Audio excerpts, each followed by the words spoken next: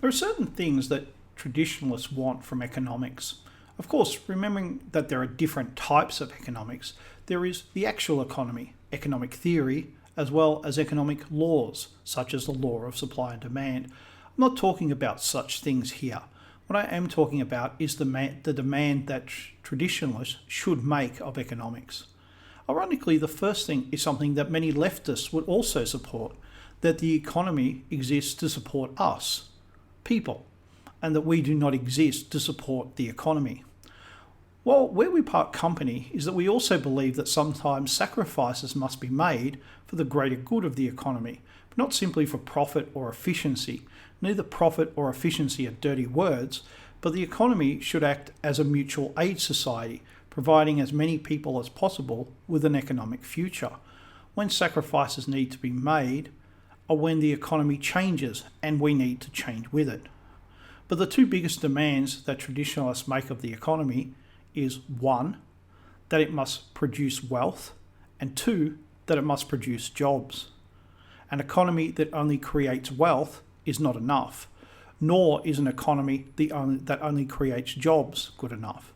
Neither of these things will in the long run produce a traditionalist society, as people are not self-supporting. Only when people are free to look after their own economic interests can people be free of business and government. Both business and government have a rightful place in the economy, but if something has a rightful place, that also means that it has a wrongful place. The role of both has been much larger than they should be. Further, while the world economy exists, it is not the health of the world economy that concerns us. We are concerned with the national economy, with the creation of wealth within one nation and with the creation of jobs within one nation.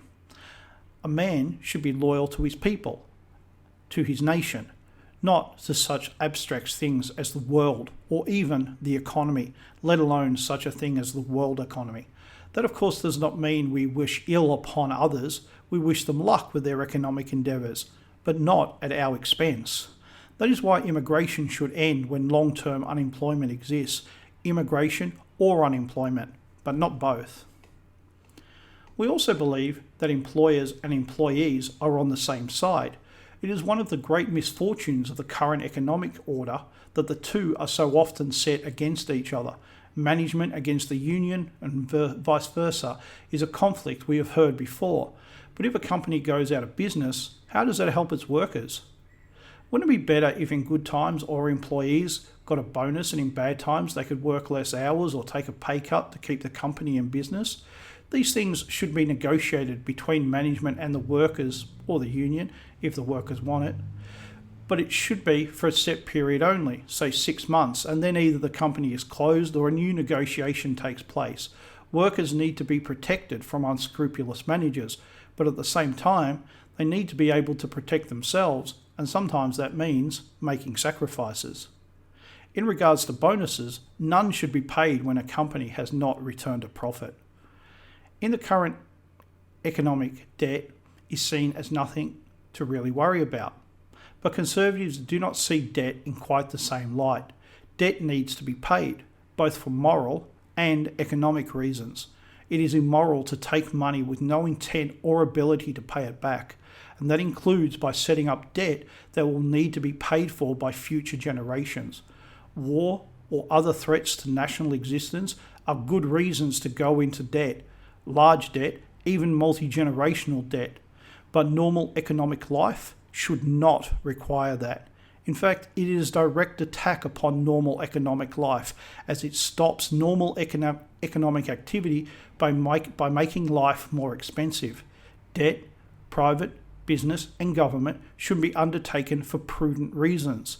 In most cases, debt should either be to cover a temporary shortfall or to build or create something that will contribute to future economic success. In other words, it may be prudent to go into debt to build a road or a bridge, but it would not be prudent ever to go into debt to fund tax cuts or institute a new welfare program. A road or bridge should contribute to future economic success, but neither a tax cut or a new welfare could contribute, even though they may be good ideas. But if they cannot be funded out of normal expenses, then they should not be undertaken. We also believe that smaller is better.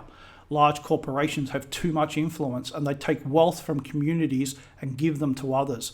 Franchises are one way of opening up corporations and keeping wealth in local communities. While we do not have anything against the rich or the poor, society is best served by giving more opportunity to as many as possible.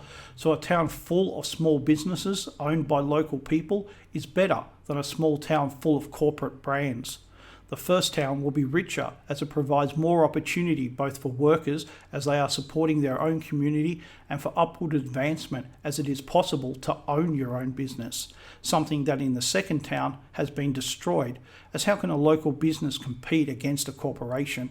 There are ways, but it's quite difficult, more difficult than it should be. Another thing that has been under attack is quality control. I look at many of the items I buy and they are of very poor quality, built simply to make a profit, there being no pride in the work or in the quality of the product. This drive to the bottom stops good quality goods from being produced, and then we are left with a choice between bad and worse. Quality and pride are both important. Why are we allowing these things to vanish?